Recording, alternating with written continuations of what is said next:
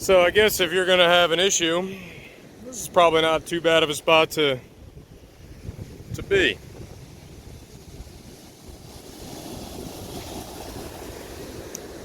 I've got a brand new trailhead tire deflator, and I have a sneaky suspicion that maybe it continued to let air out even though it was supposed to shut off at 20 psi. Since 2011 or 12, whenever it is that I bought these things, I've literally run them on the beach, installed, never had an issue. I'm going to try to figure out what went wrong. It's not going to be too hard to do. I got a little air tank on a truck, and I've got a board, I've got a jack, and I'm going to get this tire swapped out here on the beach. And I didn't necessarily intentionally do this. I definitely didn't intentionally do this, but now maybe I get to do a little video on, what you could do in order to change out a flat tire when you're on the beach.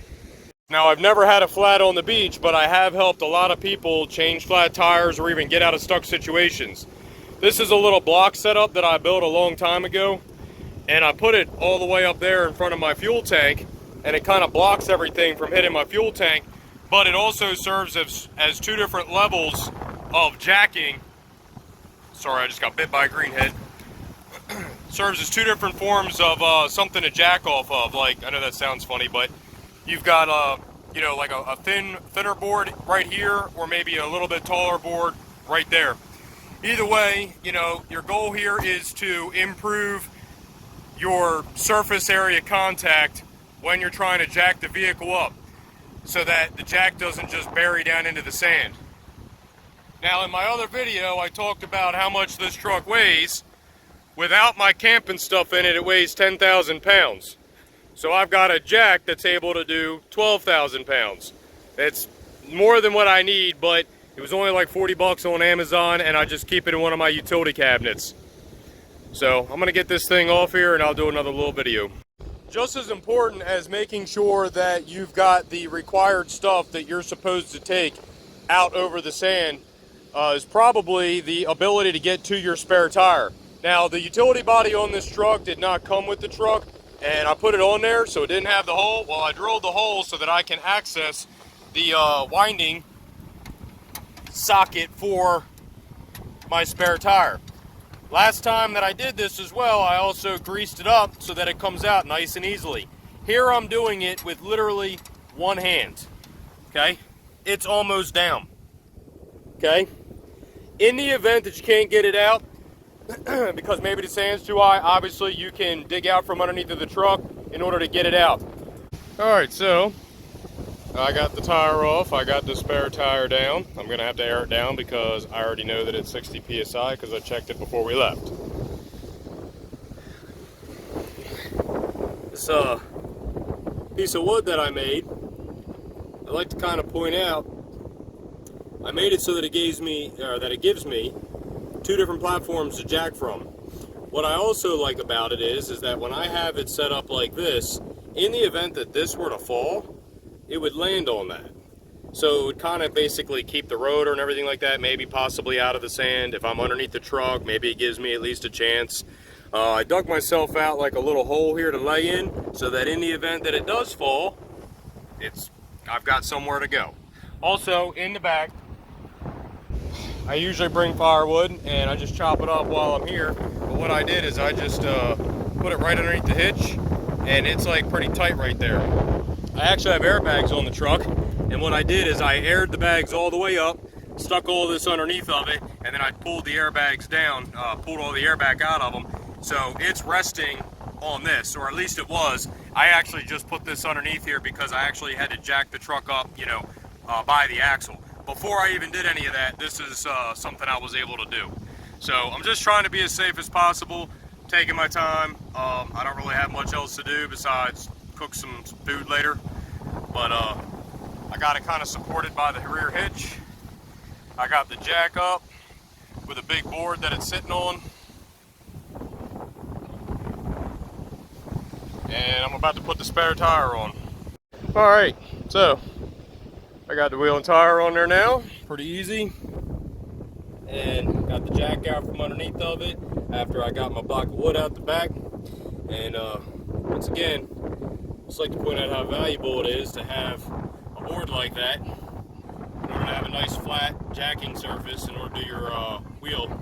In the event you get stuck and you got to put sand underneath the tire, which technically that's what I did after I got this wheel on. I packed sand underneath of it.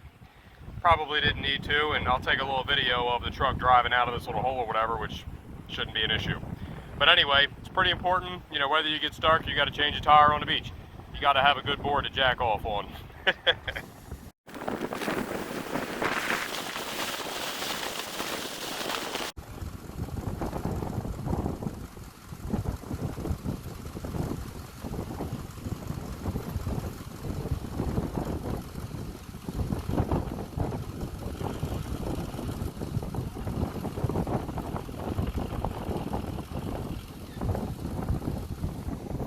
Alright, so we're sitting right about, I don't know, 50 some PSI.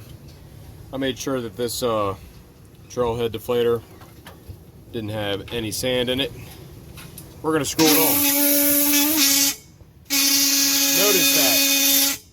Spin it all the way on and it stops. Back it off like an eighth of a turn.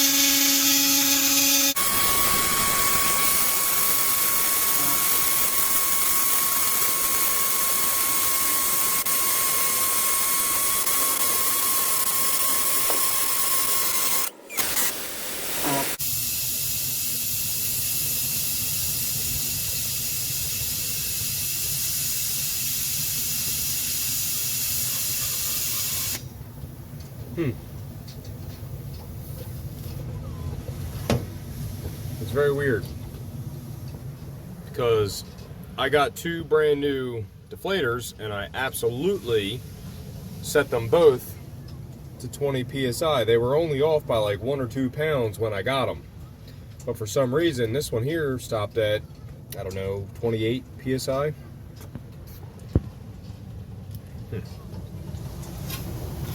So I'll click it on real quick.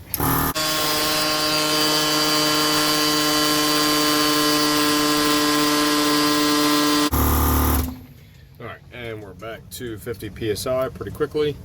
I'll just leave that one there for a second. I'll grab the other one. The one that I just used, the first one, was the one that I think was on the tire that blew out. So, all the way on, it actually stops. I'm going to back it off a little bit.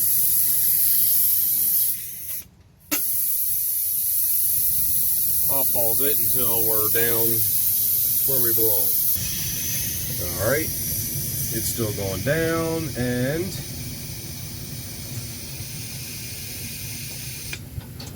the one that I don't believe was on the tire that blew up stopped at about 22, which is not exactly where I set it, but it's still pretty close. So I'm gonna air it back up again, and I'm gonna use the one that I believe had the issue earlier.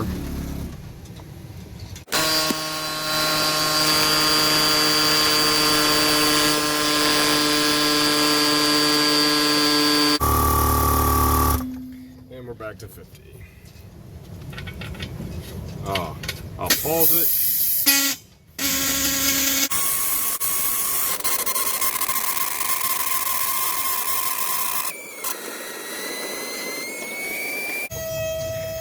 Pretty crazy. The one that came off the tire that had the issue pretty much stops at about 28 psi every time. So anyway, it stops at 28.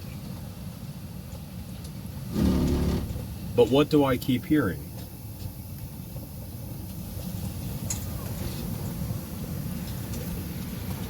It's still going down. Now keep in mind, none of my other ones do this.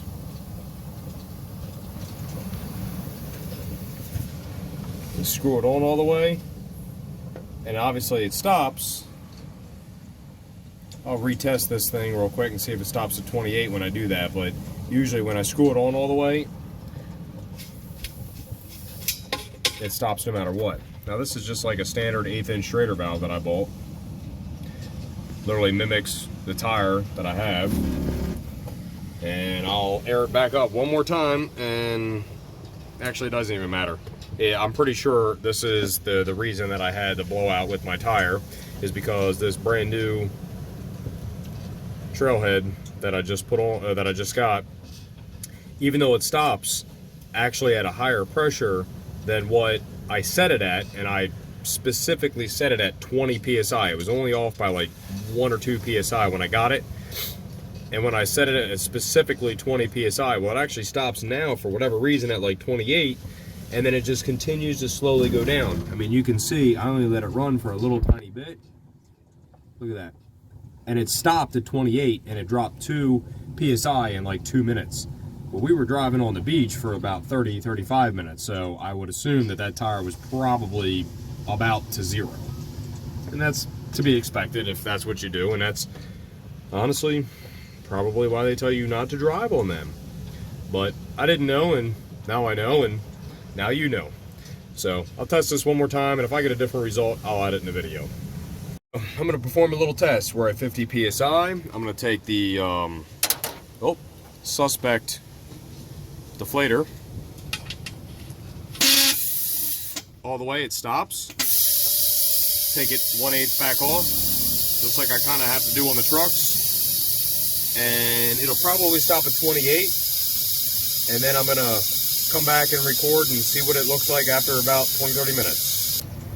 Well, as expected, it actually stopped at 28. It stopped about a minute ago, but I was over there tending to the fire. And what do I still hear? Still leaking. I'll check back in about 20-30 minutes. Well, I didn't even have to wait 20 minutes, and we're down at 0 psi. So that's going to be the reason why my tire blew out. It's definitely my fault for leaving it installed, but it's what I've been doing for 12 years without issue. It's just one of these new deflators that I got, for whatever reason, just aren't working the way that it should. Maybe it's got a piece of sand in it or something, I don't know. But yeah, so don't leave your deflators in when you're driving. Now I know. Just so that I can have like another example, I'm going to take one of the other setups that I have from Trailhead, screw it on all the way till it stops. I'm going to take it off 1/8 of a turn.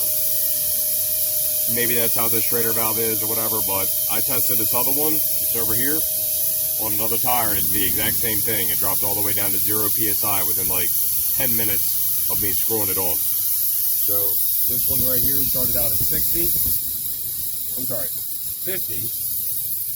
I'm going to pause it. I'm going to wait till we get to 20 when it should shut off. And here we go. Getting close.